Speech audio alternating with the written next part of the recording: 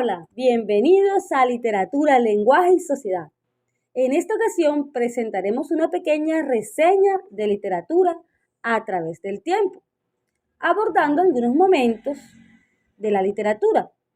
Bueno, nuestro grupo se conforma por Daniela Flores, Judy Zulbarán e Ivette Fontanilla.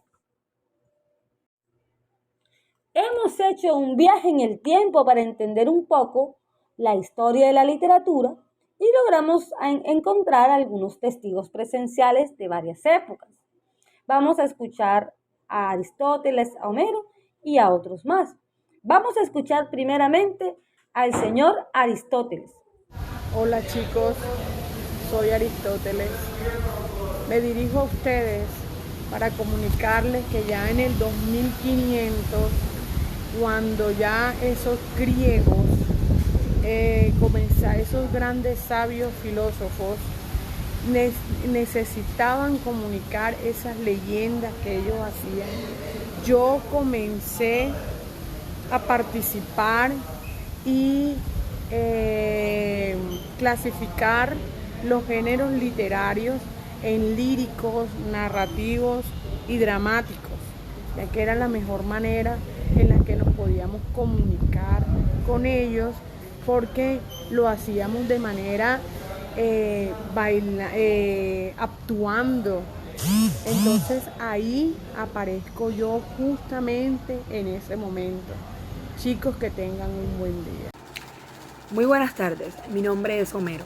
Nací en el siglo VIII a.C. y fui reconocido por mis dos poemas que fueron La Ilíada y La Odisea. Hace mucho tiempo la gente decía que, yo era una persona ciega.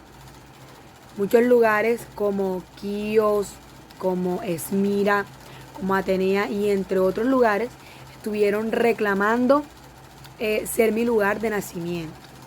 En algunos relatos se decía que antes de llamarme Homero me había llamado Meles, me había llamado Melesígenes, me había llamado Altes Homeón. Y me daban datos muy diversos y como numerosas variantes acerca de mi ascendencia. En mi época, la mayoría de obras hacen parte de géneros líricos, épicos o dramáticos, donde se pueden ver evidenciados los mitos o personajes históricos que son trascendentales. Además de la Ilíada y la Odisea, se me atribuyeron otros poemas,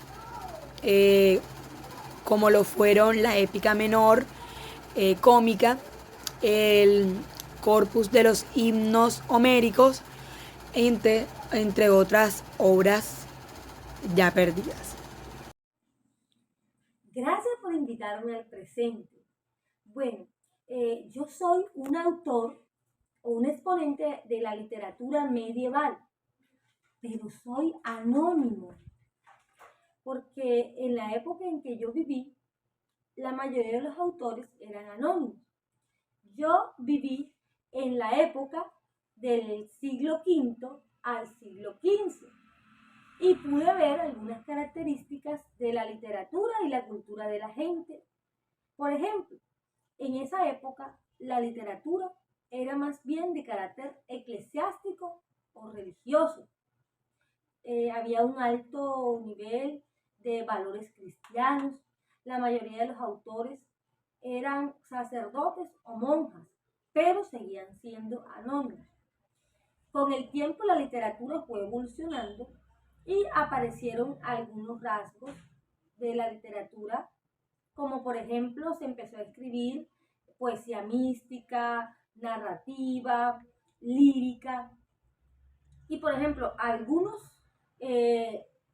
temas o algunas obras que se escribieron fueron, por ejemplo, Cantar del Mío Cid, que fue anónimo, o el Amadís de Gaula, que también fue anónimo. Algunos de las obras que no fueron anónimos fue el Decameron, que era un compendio de cuentos y novelas, y lo escribió Giovanni Boccaccio, que nació entre 1313 hasta 1375. Y la literatura modernista hasta la actualidad. Bueno, esta es la etapa de la historia que abarca el siglo XIX al siglo XX, hasta el día de hoy. En esta época se desarrollan diferentes estilos como el romanticismo, el simbolismo, el realismo, el naturalismo, entre otras, y se caracterizó por ser una época de libre expresión. Cada autor no se cohibía de escribir su propio estilo.